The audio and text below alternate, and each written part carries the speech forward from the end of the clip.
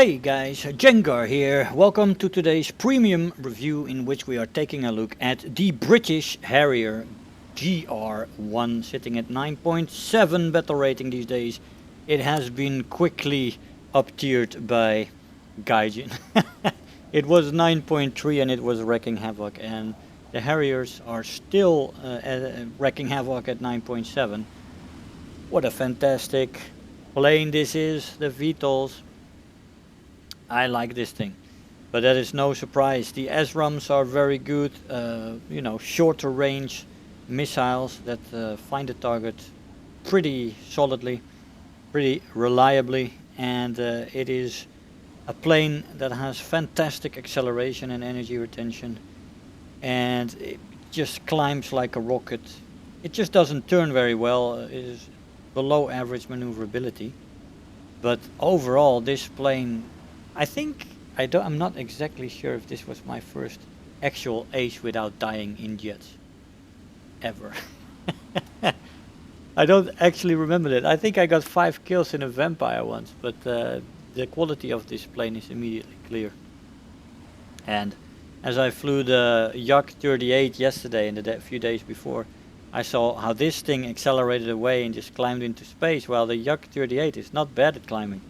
This thing is just out there. It is just very good. It's not super fast, by the way. It's not super fast, but it accelerates very nicely, making it a very nice energy fighter slash boom and zoomer. Although the top speed is not enough to chase things in an up tier, but at its own battle rating or in a down tier, bloody hell, it is crazy, man. The maximum speed in this plane at sea level without the war emergency power is 1113 kilometers an hour, and with the WEP it is 1118, not that much of a difference. At 4500 meters it is 870 without WEP and 874 with, and finally at 6500 meters she can go up to 762 without the afterbunner, if it is actually an afterbunner in this plane. Well, it has it, absolutely. And with the war emergency power, it is 766. So yeah, the WEP is completely useless and doesn't give an extra boost, more or less. It's just 4 kilometers an hour, more or less, on all altitudes. Top speed in the dive is alright, with 1132 for the red line and 1225 for the rip spot. There is slightly below 100 kilometers an hour window there. She is sturdy though. This plane is very strongly built and it is difficult to rip her even around 1200. I pulled out of dives at around 1200 a few times, still rolling. And in most planes, if you roll near to the rip speed, you will rip off a wing earlier than she can maximally handle. But this plane just rolled out easily, no problem. And I survived. So that's good. The control stiffening in the plane starts at 950, where she has a first small tick in the roll rate. And at 1100 you get a second one, but the roll rate stays very well after that as well. She rolls very well, and it only goes back to good above 1100, so still rolling like a beast there. The elevator authority is working very well. She has no compression. Even at the highest speeds you can just easily pull out of a dive. So yeah, the compression is not an issue on this plane, which is fantastic. The plane stalls at around 100 kilometers an hour, which is actually quite nice. I expected a little less good from the Harrier, but there it is. 100 kilometers an hour stall speed combined with vertical energy retention that is excellent and a climb rate that is excellent. Well, he's very good in the vertical. She's a great energy fighter, absolutely. The firepower is also excellent. You have two 30mm Aiden Mark IVs with 200 rounds per gun. Fantastic guns, they brought me nothing but joy, really nice. And you also have 4 SRAAM missiles with that. Now they are short range, I learned that in these matches that I flew. In the beginning I wanted to shoot off some missiles at too long of a distance. You don't want to shoot unless you're at around a kilometer, preferably 800 or somewhere around there, distance between you and the plane, because these missiles, they fade out after 2 kilometers. So they are short range missiles that are extremely effective at short range. But if you have a Phantom in front of you in an up tier that is faster than you and that is at 1.5 kilometers, don't shoot the missile because it will never reach the target. Now the ammo loads on this plane are excellent. 4 SRAAM missiles are fantastic, especially once you learn how to use them. You can make all 4 of them count, and they usually, if you shoot them at around 700, 800, 900 meters, they hit the target, and well, it just gives you the kills. And the 30 millimeters with 200 rounds per gun, fantastic guns. Now I am still not the best aimer in jets because I usually find myself in props, but with this patch a lot of jets, and I feel like it's just trying to get into the jets again. But those 200 rounds can last you a long time if you are already practiced at that. So yeah, excellent ammo loads. The acceleration in this plane in a straight line and in a dive are just freaking fantastic. It just accelerates out of there from an airfield or whatever. You just speed yourself away from everybody. She's a rocket when it comes to that. And but of course there's Harrier spam right now, so you don't really notice if you have 11 other Harriers with you. You don't really notice that it is that fantastic, but it is. The energy retention is excellent, both in the horizontal and in the vertical, helped by the acceleration, of course. She just keeps her speed so well. This plane is absolutely joyous when it comes to that. She does not accelerate towards a ripping speed though in a straight line. So that means that, for example, the energy retention on the Jak-38, which could accelerate over that, is actually a little bit better there. But it's still very nice energy retention in this plane. The turn time in the plane is atrocious and bad with flaps. The flaps only rip off at 850 kilometers an hour. Now that is a very nice range. 850 is a late rip off for flaps, so you can use these flaps for a long time, and it gives you a bit of leeway using them. But the plane still has bad turn time even with the flaps deployed, so that's definitely not what you want to do. Horizontal turns, you can better go into the vertical in this plane, and with vertical loops she's much better at that if you have to maneuver than horizontal turns. The roll rate in this plane is very good, and that is where you want to keep it. Preferably you don't want to get into a extended dogfight. You want to roll and have people overshoot you, and the roll rate is again very nice in this plane, and it can save you.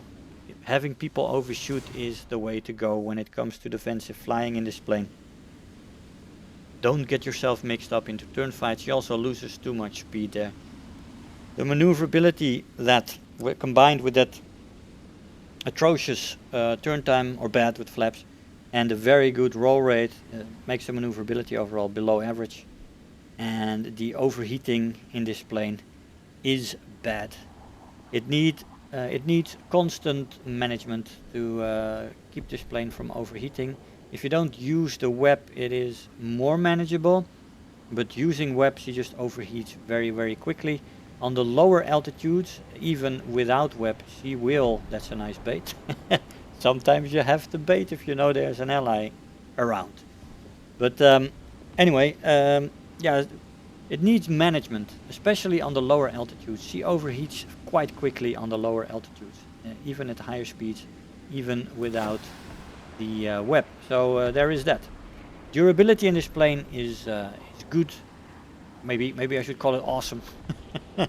I mean, a missile will still kill you, but you can take quite a bit of bullets from guns to... oh, it just turned in time there to avoid my shot, unfortunately.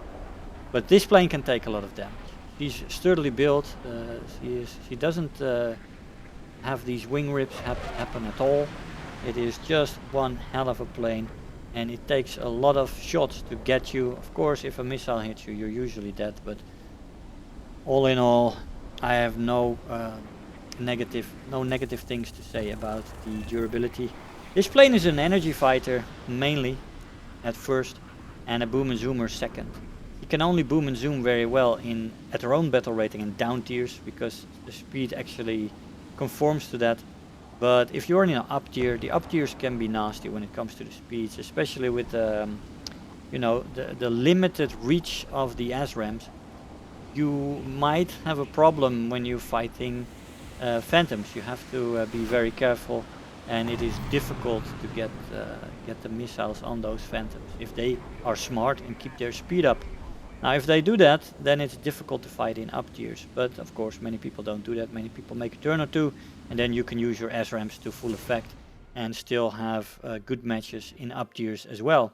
But at their own battle rating or down tiers, this thing is a fright. Anyway, let's see what kind of rewards we got for the 5-kill match. We got a puppy. I come to Papa. We have Survivor, the best squad, Terror of the Sky, 133,000 Silver Lions and 26,000 research points. I'll see you in the conclusion. Hey guys, so here we are after the match. Now, what can we say about the Harriers? Bloody hell, man. They are dictating the meta right now, and they are they are just everywhere right now in these battle ratings. They are all out there. That you have matches full of Harriers, and well, fun planes. They're excellent. These SRAAMs are great short-range missiles. The plane has fantastic acceleration, and the energy retention is very, very good. It is just an all-round great energy fighter. It can boom and zoom also in down tiers easily.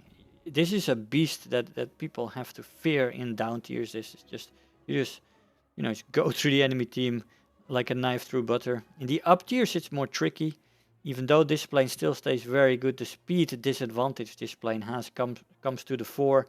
And against Phantoms, Starfighters, F-100, stuff like that, that keep their speed up, it is very difficult to make the SRAAMs work there because of the short range.